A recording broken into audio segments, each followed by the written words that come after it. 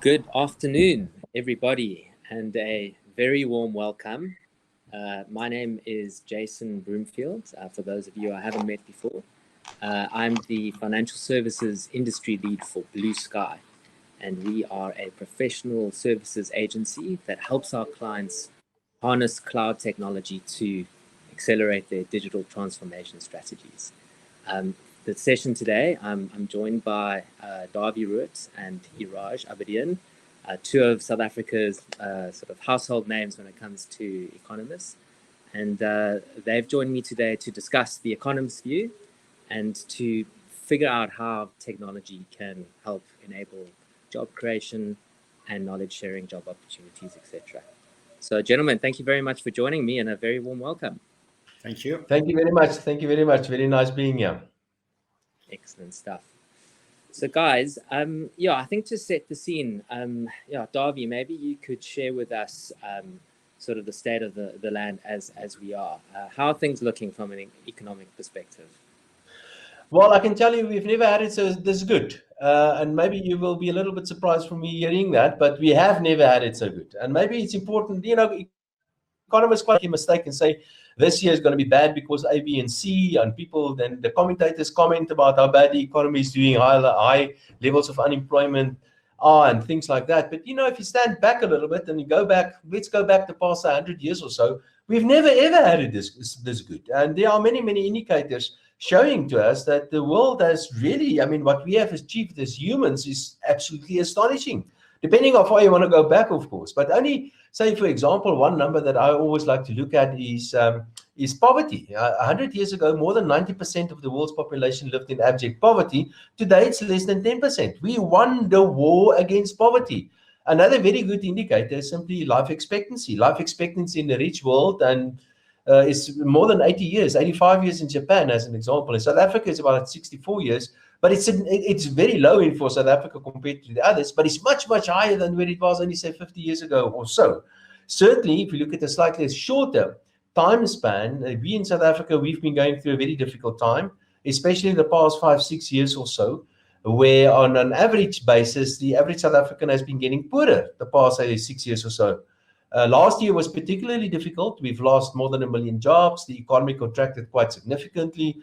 We're having trouble now, while we were connecting before this with load shedding and all that sort of nonsense. Those are all signs of things going wrong in South Africa. And currently we have the fiscal accounts totally unsustainable.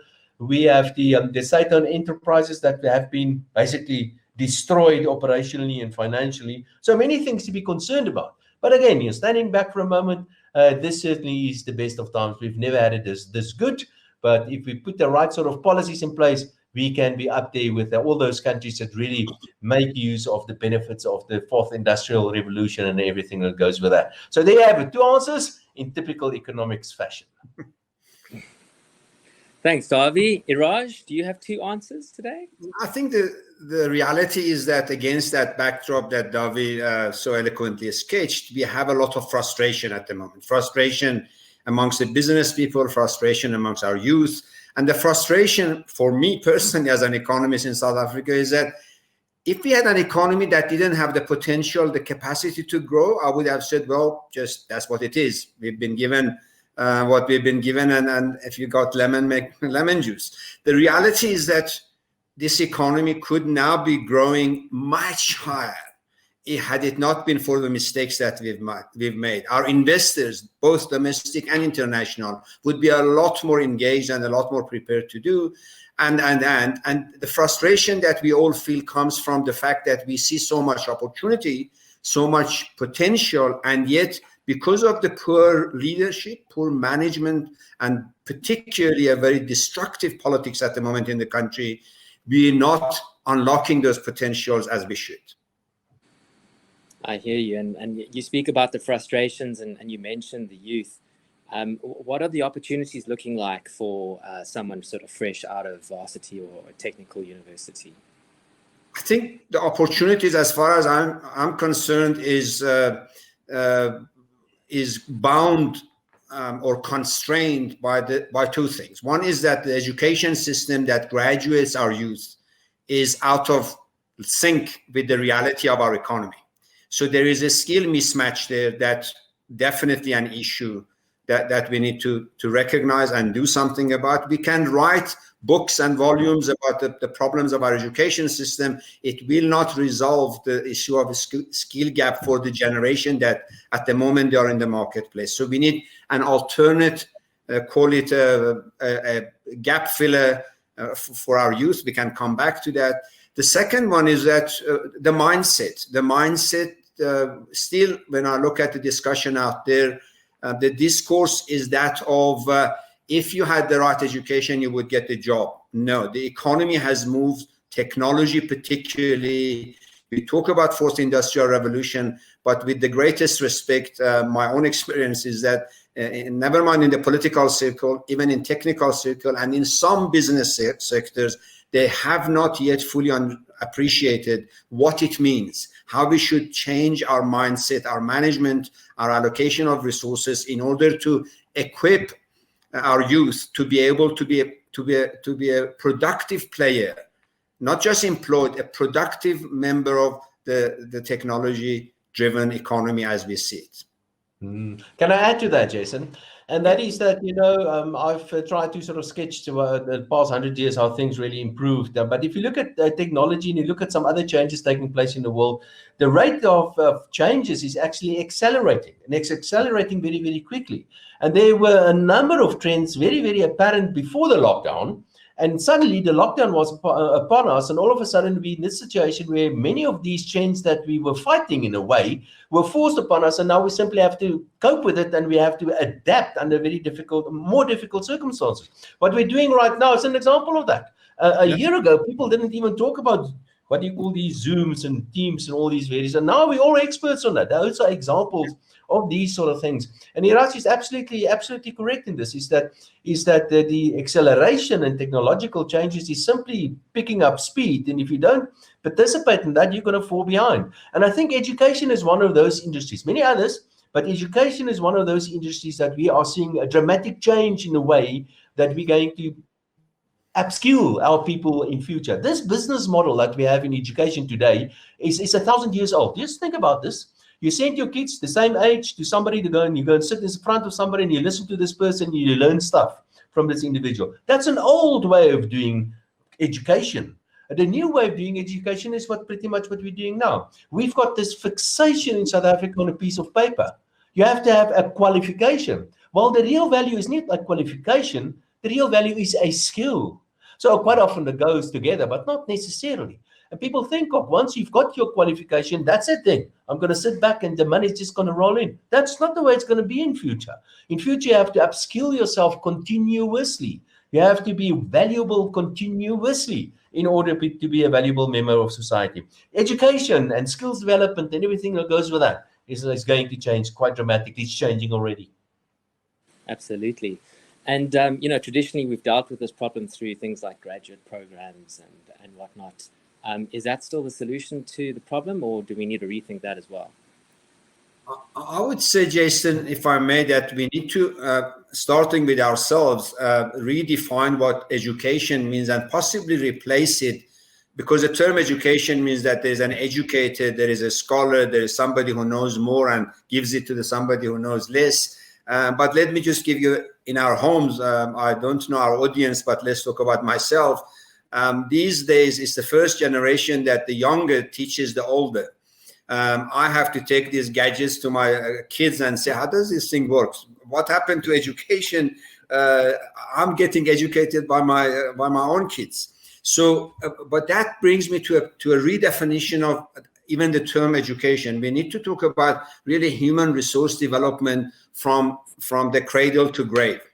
And the idea that I've got a master's, a PhD in engineering, whatever, that's the end of my learning. I've graduated. The term graduation must be banned, because there is no such a thing as graduating. You learn more, then you realize how much more you have to learn, be it on the technology front, be it on whatever. Luckily, the revolution that we talk about, the fourth industrial revolution, has enabled that. But the institutional arrangements within the so-called education institutions have become a blockage. So my submission, Jason, to your question is we need to start talking about human resource development, never ending, and accelerating that transition from one learning to the next in order to become a more productive and more up to date. And I'm talking about myself, not about everybody else. Can I add to that, Iraj? Is something that I think, and it's not only about the education, but you see it in all sort of other levels of the economy as well. And that is, if you look over time at economic development and this thing that we call the economy, it starts off in the primary sectors, maybe in the dirty industries, that's agriculture and mining, and there you add value in the secondary sector industries, and then you move into the tertiary sectors and all that. And if you stand back for a moment, you will find the wealthy economies are the guys growing in the tertiary sectors. That's where the poor countries are still stuck in the primary industries. Yeah. And we also got this mindset of a country, a geographic area. Go to a building, a university where I get a qualification and all that, for example. We have to get out of that because the world is not the physical place anymore. It's a digital place somewhere. And you can join a university somewhere in the cloud. You can join the flat earth society. In fact, you can even use a weird kind of monies nowadays and do business in the cloud somewhere. So you have to, it's a mind shift at various levels. And a very important mind shift is that the emphasis on the tertiary, the emphasis on digitizable stuff, the emphasis on service industry, and the emphasis on non-geographic limited kind of things. That's where the new world is taking us. And that certainly is part of the new way of doing education as well. Yeah, absolutely. Okay, great. Thanks, guys. So we've established that there's a rapid rate of change and things are accelerating at an exponential rate. If you take a look at a global sort of economic view, where are companies investing? Where's the money? Where's it going? I think companies are not, in the language of economists, homogeneous. They're all different. For example, there is the top-end cutting edge of technological revolution from the fourth to the fifth industrial revolution that some venture capitalists are investing in. The result of it we will see in 5, 6, maybe more or maybe less years. But there are also companies that are not catching up and investing in technological upgrade of what was once upon a time 15 years ago, the tech revolution. Jason, you may be too young to remember, but I tell you, there was a time that the tech revolution was the imagination of investors. It was a bubble that finally burst, but the result of those innovations now as we speak, and here I'm speaking from my own experience, not as an economist, but as an investor, I see our companies are investing in upgrading their technologies in agriculture, in mining. For example, in South Africa, now there are at least 3 mines that I know of, and that's not the full picture. These are the 3 mines that are investing in drone technology, which means for their production, there would be no single human being downstairs, so to speak, not a kilometer, not 100 meters below ground. The driver will be driving, the drone engineer will be sitting in air condition and digging and doing explosions and digging it up and loading them. And there won't be any human, and there isn't, not that there won't be. The consequence is that the same mine, the same amount of investment, call it $100 million, a mere 10 years ago would have produced 5,500 jobs, of which 80% were unskilled or semi-skilled or lowest skilled, better term, and the rest were different types of engineers. Today, the same amount of investment, the same volume of mining, same amount of investment generates only about 490, call it 500 jobs, of which 95% are skilled workers. They are technology driven. So yes, mining is mining. We're digging out platinum or whatever, but there is no human being. These are technology driven, which means those gadgets, those drones, those systems, they require people to maintain it, to take care of it, to drive them, so to speak, but a different type of skill force. So that's the reality of investors as we speak. So there is this spectrum of investors, some of which whose investment is for the future, some of them who are for a catch-up of what was 10 years ago the future, and that is the reality. But one thing that we do know, nobody invests in the old economy if they are properly structured up here. Yeah, Iraj make a couple of very, very interesting comments that I think, and of course I agree with that. but he's using the example of a mine. And one of those industries today that is really doing very well is another kind of mine, and that's businesses that mine data. And many of them actually mine data. I mean, look at the Amazons and the Facebooks and the Googles and all that. They are actually mines. They're mining data. So that's I want to add on to that. And secondly, is that even if you look at conventional kind of mining, we take stuff out of the ground, but for somebody sitting in an air-conditioned office somewhere managing.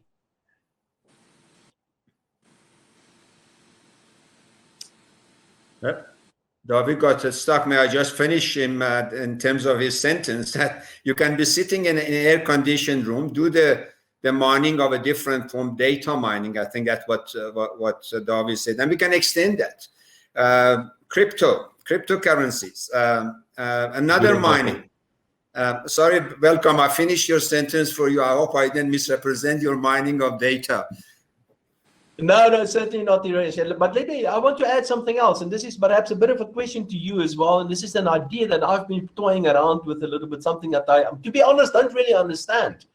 And this is, I have a suspicion that we, as economists, we're making a huge mistake.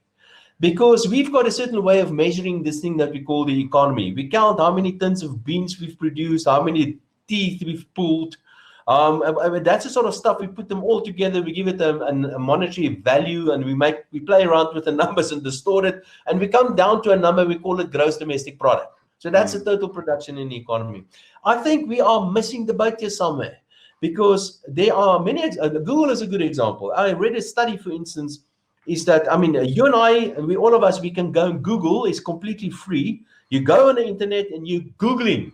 It's a verb nowadays. You can Google and you get wonderful, amazing information on your fingertips that you never could do and could get access to only a few years ago.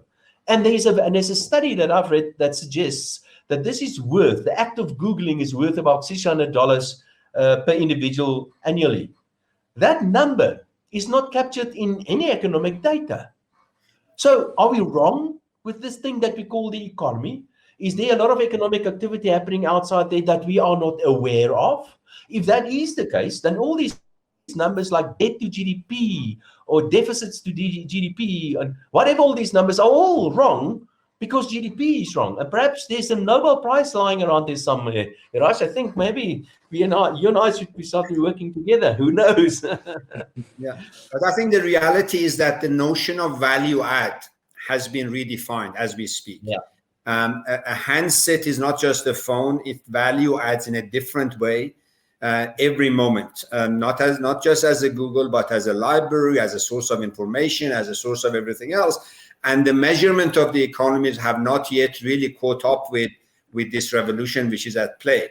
But if we come back to Jason's original penetrating question that sent us on this track.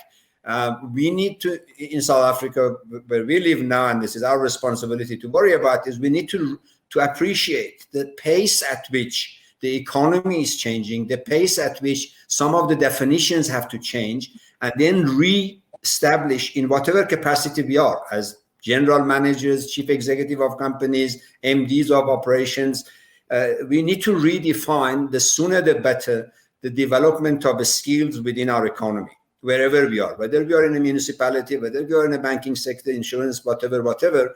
And I can tell you once again, just by way of a reality that we can set the stage for our economy, I've been over the past 10 years involved in agriculture development, and I'm absolutely blown away with all my so-called futuristic thinking. I'm still blown away that how agriculture is digitalizing and what type of fantastic results in terms of productivity, in terms of health compliance, in terms of environmental sustainability you can bring about only if you change your mindset and if you catch up with the appropriate technology. And what I'm very concerned about, talking about agriculture, for instance, is that the emphasis is completely wrong. The emphasis is on land.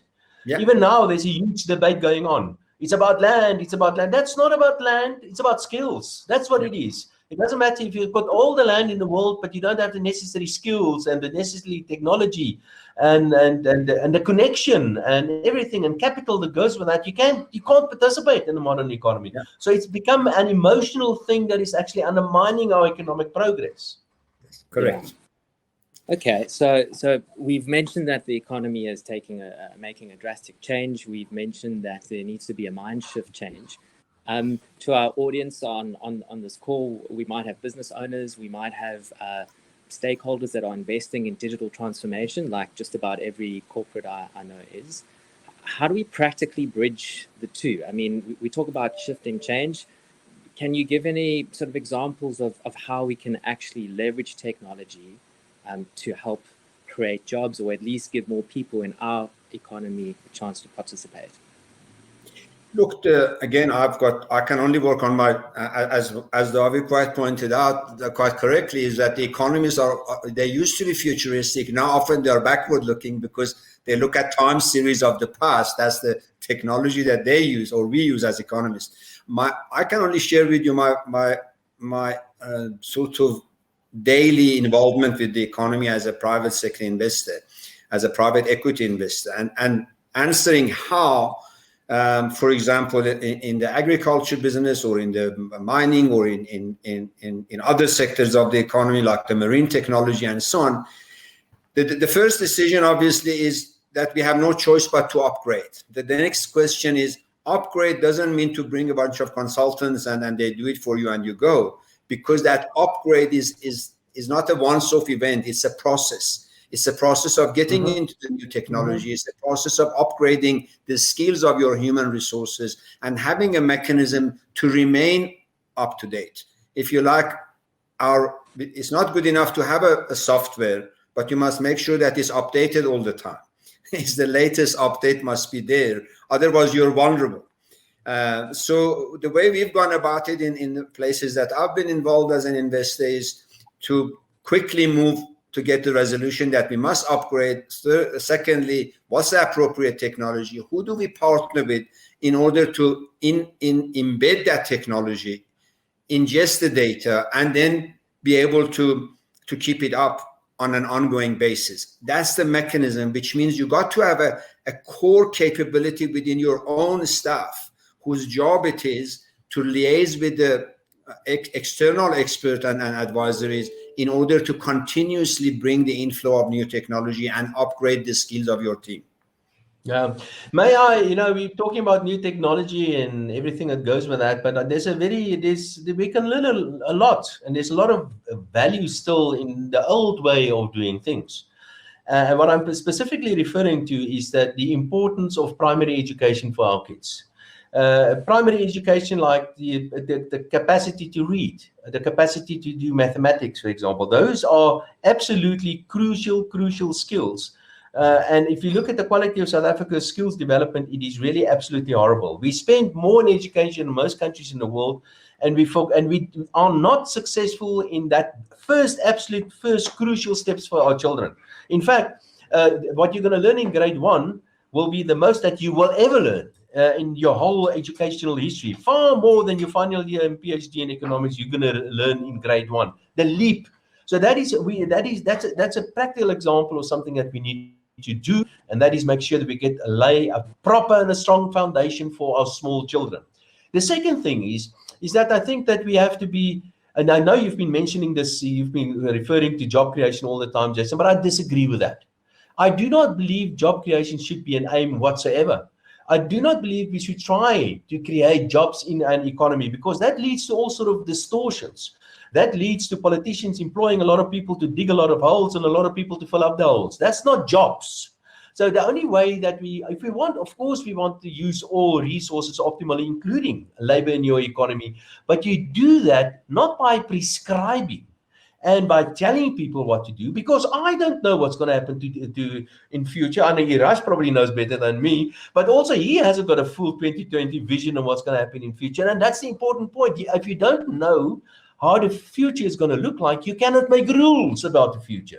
Step out of the way. And unfortunately, we have political leadership that keeps on telling us to do A, B, and C in certain manners because they have got certain ideological or certain sociological aims in the back of their heads. That is not necessarily the right thing to do. So make sure you lay the proper foundation is my advice. And secondly, put measures in place to free up the economy and to allow for wealth creation. And quite interesting, jobs are likely to follow. Absolutely. A byproduct, so to speak, of Exactly. economic momentum. Okay, great. Well, I mean, I can speak on behalf of BlueSky for what we do. You know, we're part of the digital transformation value chain, and we, you know, for every piece of value we add to our customers, we ensure that we enable and share that knowledge with the up and coming talent within our academy, and it's something we're very proud of, and certainly a model that can be replicated elsewhere as a practical example. Jason, and actually what you are doing is a very, very old and tested plan that you are following. In the old days, I mean, you will send your kids to a master somewhere, and you will actually pay the master to teach your children how to be blacksmiths, for instance. And that's the way to learn. That's part of the secret of continuous learning and skills development, and that's on-the-job training. And that's what you guys are doing. Absolutely. I think you mentioned it early on. It's a mind shift change. You know, if every entrepreneur went into an opportunity with that mind shift, knowing that as a part of this opportunity, we're going to have an enablement piece attached to that, there's certainly enough in the pie to make it happen. It's really just it's an attitude. But to your point earlier, without the foundation, you know, that'll be a lot harder. Okay, great. Looking forward, you know, in terms of the momentum, you said we're actually in a pretty good place in terms of in our South African economy. Are you guys optimistic? Look, I'm optimistic on the ground that even despite all the hammering that our economy has taken over the past decade, and it's been really a dreadful decade, not just the last decade, it's been a dreadful decade. And despite that, what is giving me optimism is the fact that unlike many other emerging economies, the South African private sector is still the dominant drivers of this economy. And yes, we have lost a lot of skills, and we must not deny that. A lot of capabilities have left the country, both black and white. And yet there is more than enough of required skill-based, knowledge-based, and the infrastructure to revive the economy. There is one big condition, that is we need to, and I think Dawie alluded to it, but I want to spell it out. We need to get the public policy frameworks aligned with what enables the potential of the economy to be realized. We can have lots of potential. You can have a kid who is genius, but if you lock them in a room and push them sort of out of the way, instead of unlocking and supporting them and so on. I'm using obviously an analogy. Our economy at the moment in 3-4 key areas are locked out. Very importantly, with respect to, and this is not that it's a secret, even the president talks about but doesn't do much about it. How many years, 12 years that I remember, we've talked about the spectrum, about the broadband, about accessibility, reliability, etc., and widespread access, affordable access to broadband for our schools, for our education system. So all of these could really be done within a matter of months, not years and decades, months, if you have the right policies. So those are some of the stuff that I'm very optimistic about it, and the fact that our society has become a lot more of an active citizen gives me confidence that we're not going to now sit and listen to the so-called leaders. We're going to challenge them. We're going to not give them the benefit of that, and we're going to push them to do the right thing so that to accelerate growth in the economy and the social welfare. No, absolutely. You know, what we've seen in the past 10 years, in fact, that's still going on. I mean, we have a government that's done incalculable damage to the South African economy. I mean, the extent, I know, Iraj and myself, we analyze all these numbers, the fiscal accounts, and look at the Eskom's numbers and all of that. I mean, they have been operationally and financially destroyed many of these things. And very good, another example, apart from broadband, another good example is simply allow the private sector to generate 50 megawatts or 100 megawatts electricity, and you have electricity quite often literally overnight. So we can fix many of these issues, can be fixed. But and it has to do with the government that is done. I mean, the damage that's been done is absolutely, and still it's absolutely incredible. But still, there's much left. The two of us, we work in the financial markets. I can tell you the financial markets in South Africa that is part of our infrastructure, are very, very well regulated, very much integrated with the rest of the world, very much liquid, which is very important.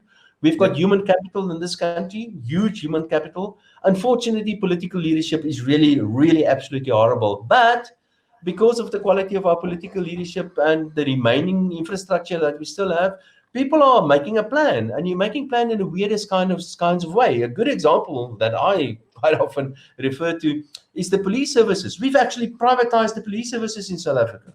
There are 3 times as many private sector security people as police services. So we've privatized. I mean, what more can you think of a state than the police? The police is the embodiment of this thing that we call the state, and we've privatized it in a way.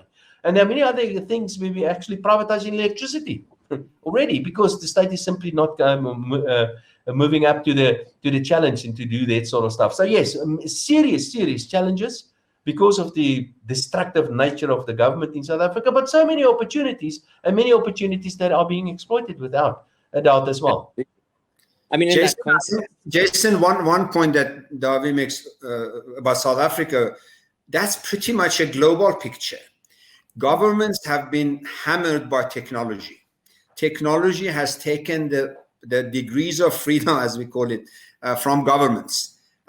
Minister of Energy in UK, Minister of Energy in Mexico or South Africa, they've lost their control because of technology. If I don't like, I go off the grid, and he can't get out of, cannot get in my way.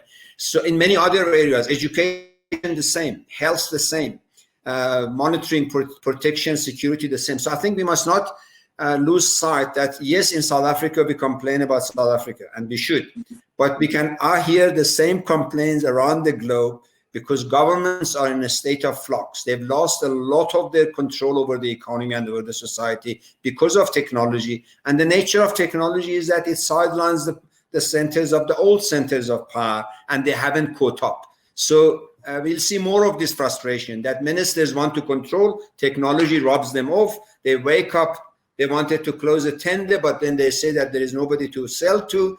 In the health sector, we started in a police, in energy is the same, in health sector the same, in education the same. So the game is changing, and governance globally is under hammer because of technology, and citizens are empowered because of technology. So we've seen nothing as far as I'm not concerned, and that gives me a lot of hope.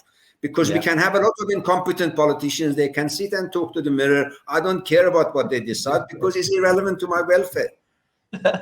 There's a piece of technology, you alluded to it earlier, Iraj, and that is to do with finance. And I'm not here to start selling Bitcoin. That's certainly not my point. But what I do want to say is that the technology, like the so-called blockchain technology and everything that goes with that, is going to lead to a revolution in finance. It's going to be completely different in the future. Yeah, and in future, it's going to be so much more difficult to tax people, because I can simply encrypt and stuff on my phone. And if the Minister of Finance is going to come here and ask me to listen, he wants to tax me, and I'm just going to tell him, I forgot my password, sort of thing. So, yes, I think this is going to change the way that we do banking and finance in a dramatic way. And that probably also means that central banks will become far less powerful than what they currently are. And central banks are doing weird things internationally. I mean, they cut interest rates to 0 and they print money out of nothing. And they call it fancy names like quantitative easing and yield curve control and all that. But in future, you're absolutely right. They're going to sit and watch themselves in the mirrors and talk, and nobody's going to listen anymore. Yeah, the lead article in the Economists this week is exactly on that, Dawie. Central bankers and cryptocurrency and blockchain technology. Yeah, absolutely. So guys, I just want to bring it back. So you guys have painted a very clear picture as to some of the challenges that we've had, but there's a lot of optimism. I mean, you talk about Cape Town being a mini Silicon Valley. We talk about all the global tech giants, fantastic companies like Salesforce coming and setting up shop here, and calling it the Salesforce economy in terms of the knock-on of thousands of jobs that will be created off the back of that. In spite of all of these challenges. So it's almost like, as you say, the techies are just going, well, we'll just find a way around. We'll make a plan. And, South Africa will be the ultimate beneficiary of this. Good stuff. Yeah, I think that. Okay. Yeah. Carry on. Cool. All right. No, I'm just like so yeah. So thanks very much for setting the scene in terms of where the economy is. I think we certainly are very optimistic. Amazon setting up a massive shop here in South Africa. You know, a lot of these global techs are looking at South Africa and Africa as an enabler to help drive their growth, because we've got a massive pool of talent, you know, that are ready to work. Jason, yes, no, you're absolutely right. I just wanted 2 points that I think it's important. The first one is that, yes, you're referring to Cape Town, but again, it doesn't matter where you are. It really doesn't matter. You can be anywhere. Because that's the nature of technology nowadays. But we also have to be aware of the fact that we have very, very high levels of unemployment in South Africa. We have rising levels of poverty in South Africa. We have people that's got a huge lack of the necessary skills to participate in that kind of technologies and that kind of businesses in which you are involved in. Yes, certainly many people can be part of that, but we have to be aware of the backlog that we have, that we still have to overcome if we want to get all South Africans to participate in that. No, absolutely. That prime level, that prime education level is a massive issue. But if you look at, say, the graduates out of a tertiary education, you know, coming out of a UCT or some of the other technicons, even they are sitting around wondering, how do I get involved? And they certainly do have the credentials behind them. I guess the message for this discussion, and certainly from a BlueSky perspective, is that they can be involved. You just need to change your mind shift and find a way to sort of share some knowledge, because in every project or in every digital transformation initiative, there's always going to be a layer that an entry-level resource can contribute value towards, and we just need to find a way to involve them in that layer. Well, if I may, on a personal level, what I quite often find is that, you know, and I'm a little bit older than you, Jason, and that is that I've been around a little bit longer than you. And I know, coming from where I grew up, I was actually raised in a very conservative manner not to take unnecessary risks, to go and work at a big company and to retire one day with a golden watch kind of thing.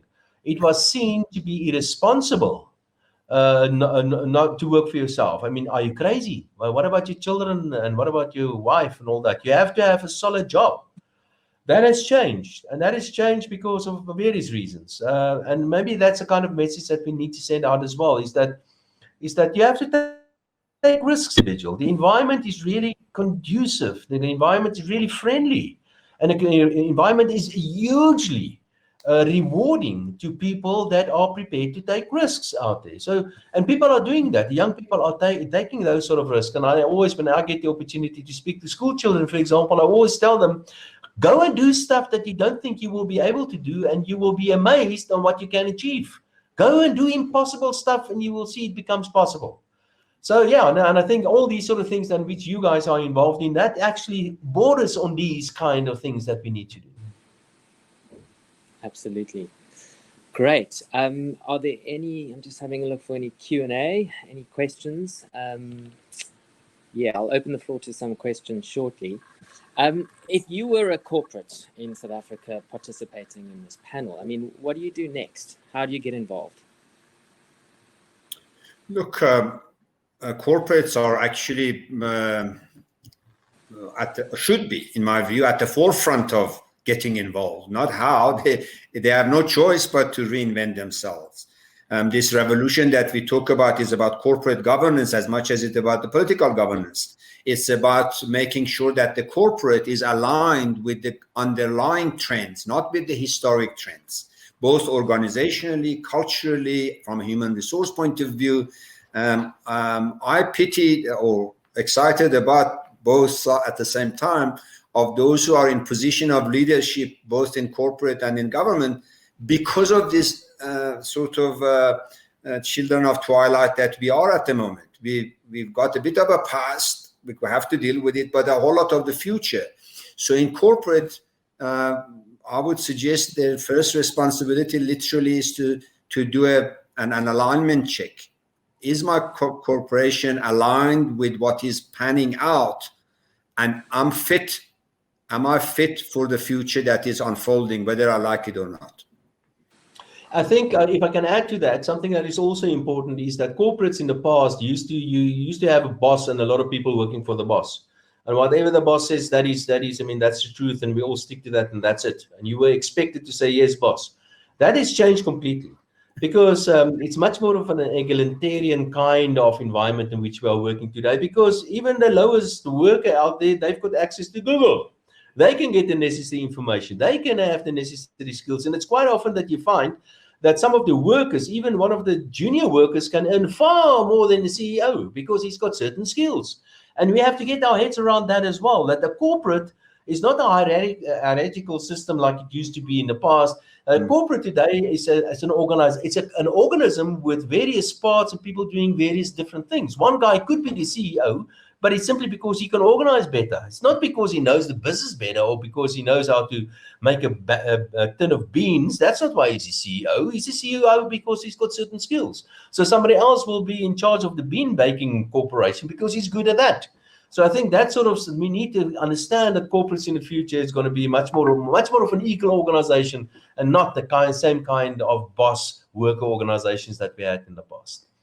Jason, on the humorous side, I believe that these terms, chief executive officers, chief financial officer, this is such a militaristic terms, must be disappearing, and they must be replaced with the coordinating officer or coordinating manager, because a good chief executive officer is the one who can mine the capacity and the skills of the team and coordinate them, not the one who knows them, but he knows he knows enough that he doesn't know, so that he can rely on his team or her team to unlock their capacities for the good of the company. I don't have a terminology for it, but what I do absolutely for sure know, chief executive officer is a military officer that I don't want to have to work under. Good point, and I can think of another chief that's also in charge of a political party. I see some questions coming in. You want us to start? Yeah. Okay, the one is on the rand. The rand is strengthening at the moment. It's easy to understand because we're exporting more than what we're importing at the moment. That's one important reason. We're running a so-called current account surplus. That's one. And the other one is that internationally, the financial environment is quite friendly and quite settled down at the moment. It's so-called risk on. So that's why the rand is strengthening at the moment. Very important reasons. I don't know if you want to add to that, Iraj. Not on the 100% agree with it. The only thing that dismays me is because we have this balance of payment surplus, balance of trade surplus. I mean, that essentially means we are exporting capital. That's what it means. And I don't like that. We are an economy that should be bringing investment in. I know people get excited, we are having a balance of payment surplus and the rand is strengthened and the politician take credit for it. That means that there isn't enough domestic investment at a rate to bring money in. I like to change that. Jason, see, that's why you need at least two economists, one that talks nonsense and the other one that puts the whole thing in perspective. Well done. No, you're absolutely right, but that's the reason why the rand is strengthening at the moment. Sorry, just on that. So I guess, you've answered the question, but has it got anything to do with the good work or the change in momentum that we're seeing on the ground? It's not just because of our asset prices that are in the ground. I'm talking about some of the corporate sort of investment, some of the changes in some of our big corporates are doing business. There's good things happening. There's innovation, there's entrepreneurship. Does that have any impact, or are we sort of dictated to by the global asset sort of demand? Look, there is no question that if our mining companies were not capable, if they were not up to speed to export, and also not just mining, agriculture. This year, we're going to have the best in 2 decades of our citrus industry exporting literally hundreds of millions of dollars of fresh fruit. Last year, we did the same with table grape, all the apples, everything else. That shows the capability of the private sector and the fact that they're to date. I would like those dollars in, and I would like to see investment taking place in areas that we need to build the future, because the rate of investment is out of sync with the rate of earning. The rand appreciates. I like rand appreciation, but not for this reason. Yeah. And speaking of investments, another question here. If you had 1 billion rand to spend anywhere on one thing within our economy, what would you spend it on? Dawie? Yeah, well, it depends on who you are. If you're the Minister of Finance, please don't spend that, because he's gonna. So no, rather give it to the private sector and let them spend it somewhere. 1 million rand to spend, I think there's a huge Billion. opportunity in electricity. I think, but there's a political issue there. So 1 billion rand can go a long way in generating a lot of electricity. If I'm a private individual, very sorry to say I will take a large chunk of my 1 billion rand out of the country and invest abroad, because I've got some serious issues about the South African economy and the environment in which we find ourselves at the moment. But there are serious, very good opportunities in South Africa. Even if you look at, and I know Iraj is not necessarily going to agree with me on this, but even on an objective manner, if you compare South Africa's capital market, where we can get a return of easy 10%, to many other countries in the world where you get returns of 2% or less, or even zero, just putting the money in the South African capital market will give you a very much better return than putting the money in the German capital market, for instance. My personal bias, and I must declare it, is on promoting businesses that are capable of getting productivity increases. And those businesses for me are all the businesses that are in the technology end of agriculture, technology end of energy, technology end of urban infrastructure. That means your 1 billion, if you diversify it across 2 or 3 sectors, you will get better than average return, because these are the areas of the future, provided you got the right technology. Great, thank you. I've got another question here from Rudolph. Wants to know, how possible would it be to privatize local municipalities, support local and rural technology education in our education system? Yeah, okay, I just want to say something about the rural economy, and people, for some weird reason, people tend to think that we have to develop the rural areas. And I'm not against rural development, please don't misunderstand me, but I think what we have done, that's one of those underlying trends again, is that we have to realize that people are moving to cities. That's it. And it makes much more sense to build 1 kilometer of road in the cities than to build a 1 kilometer of road in the rural areas, because it makes much more financial sense. So I think this idea that we have to somehow develop the rural areas to such an extent to keep the people there is wrong. If people want to move to the cities, allow people to move to the cities. But to come back to the question, what is happening already in practice is that there are many local organizations already springing up all over the place, where they take over many of these functions that the local authorities are supposed to be doing. And I think we're probably going to see much more of that in future as well. Just one point, as much as I agree from an old economic point of view with Dawie, technology again doesn't favor centralization of cities and metros. I can now sit in my pajamas by the river, doing what I'm doing now, and run my business. Many businesses that are tech, they go away from metros. They go to so-called rural areas. So the dynamics is changing. What we need to do is to redefine this term rural municipalities. I don't want to have a municipality. I want to know what they're going to do for me. Is it water? Do I need them? Well, maybe not. Is it energy? No, I go off the grid. Do I need telephone lines for me? No, I'm on cell phone. What else do they want to do for me? Police, well, Dawie mentioned, we privatize that. So we got to redefine the role of government in the new age. Municipality, not every area should have a municipality if they don't know what they want to do, because they tax us and they just create more corruption. The same, we need to define the role of governance in metros, in Johannesburg City. For example, whether it's, the point is not about rural bias or urban bias. Exactly. Technology has to force us to redefine our institutions, change and align them. A lot of stuff that the municipality of Johannesburg charges me, they don't render services, and they will never do, because I don't need them. And yet they charge me. I want to have a conversation with the mayor and with the constitutional guys who are in charge. We're still living in the old age as far as institutions of governance is concerned, the same way that we're still talking about the CEO, although the CEO is not necessarily the CEO anymore. Yeah, and just a side note, Iraj, something that I've picked up, and I think it is a new trend that we are underestimating at the moment, and is that urbanization was the trend, a very strong trend up to now. But with the lockdown and people working from home and technology that goes with that, and you sitting in your pajamas talking to us, that sort of stuff that is happening at the moment, I've got a suspicion we're going to see in many instances the collapse of the inner city. Because the inner city is where people are moving to, because that is where people are moving to.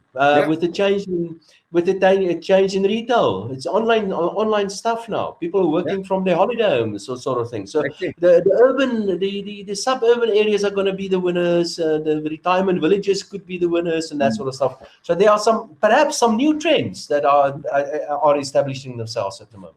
Correct. Yeah. Well, just on that. So I've got another great question here. Speaking about digital skills have often resulted in flight of human capital, immigration for our skilled individuals. So how do we enable learnership, but also make South Africa an attractive place to stay and deliver your digital skills to the globe from here? Mm-hmm. Okay, well, yeah, I think there are two. If you say how do we? Now, who's the we? I think if you're a business, if you are a business, you have to realize where the real value is going to be in future. The real value is going to be what you can do with your business partners. And with your business partners, I specifically mean with that your workers, which were the old way of referring to them. They're not workers anymore. They are your business partners. And how are you going to make it easier for them to acquire the necessary skills in order to contribute to your organization so that you can benefit and they can benefit in the process? So it's a partnership kind of agreement, and your responsibility as a big company is to facilitate that in a way, to provide platforms if you have the necessary skills where you can upskill your new partners in future. As an individual, your approach is pretty much the same. Look around for platforms where you can participate and where you can join hands with other people and with an organization where you can upskill yourself and make sure that with these new skills that you can contribute in future and you can be part of this new amazing economy and all this technology and everything that goes with that. So I think that it's in the end, it's pretty much the same kind of thing, is that we in future will have platforms which makes use and provides the opportunity for people to upskill themselves, and platforms, of course, where in future, with the new acquired skills, we can create more value to drive the revolution in which we find ourselves even further. I might just, if I may add to that, it's a fact that over the past 60 years, globally, the private sector has been the innovator, leading the way, public sector being dragged along. So my answer to you, Jason, is that our private companies, medium, small, and large, they should literally get on the innovation, adoption of technology, upskilling, unabated, literally. Government will complain, municipalities will be behind. That's their nature. But we must drag them along so as to get the economy going, so that the economy can become a place vibrant and attract both the skills and financial investments. Remember, money and the skills are two types of investment, cash and in kind. So that my answer to you, alongside what Dawie said, that we got to have visionary private sector pioneers who lead the way with determination, knowing that there will be naysayers, there will be governments who don't know what's going on, but they will set the stage for bringing the laggards within the economy, and that will make our economy a lot more attractive. So I'm very much on the case of don't complain, private sector. You know what to do. You got the resources. Get done to do it. And you don't need to be a big corporate to be able to do that. No. You don't need a lot of money to be able to do that. All you need is to try something that you never thought you would be able to do. Mindset change. Yeah, absolutely. I've got one more question here. I think it leads on from what you guys were mentioning. But I mean, do you think that SA practically will be able to compete with the global outsource sort of hubs like India for those sort of global outsource roles? You see, my view, Jason, is global, again, is not one place. We need to say which part of the globe do we want to be the outsource center. India may be good for some sectors. South Africa may be more from a time and other capabilities. Very importantly, linguistic capability. The fact that English is widely is one of our 11 or 12 languages, and a lot of our population do, and definitely our youth are linguistically more English-centric. And if we get the broadband in place, we got almost no time difference with Europe. Then I want to redefine your question. Can we become a competitive outsourced service provider for European market? My answer is yes. Can we do the same for the American market? I'm not sure. Do I want to go to the Chinese market? Time won't work against us. So we need to be a lot more nuanced. And then we say outsourcing what? Do we want to be outsourcing answering phones, help desk, or do we want to be answering technological base? Yes. A lot of agriculture sector, yes. Mining information, yes. Energy, yeah, that's right. We can become an outsourced service provider from here, providing technical services in the areas that we are good at. South Africa can and has been and still remains a global center of mining technology, not mining minerals, mining technology. Can we maintain that? Of course we can. Do we focus on it at the moment? Of course not. We got to be focused. Good answer. Well, we at BlueSky and our partner Salesforce, we certainly believe that Africa can be the driving engine for technical skills into Europe and other parts of the world. We're certainly optimistic, and we look forward to what's in front of us. So, gentlemen, I'd like to thank you very much for your time. It's been an absolute pleasure. You guys didn't disagree as much as I thought you might. So thank you for that. And to our audience, thank you so much for joining us.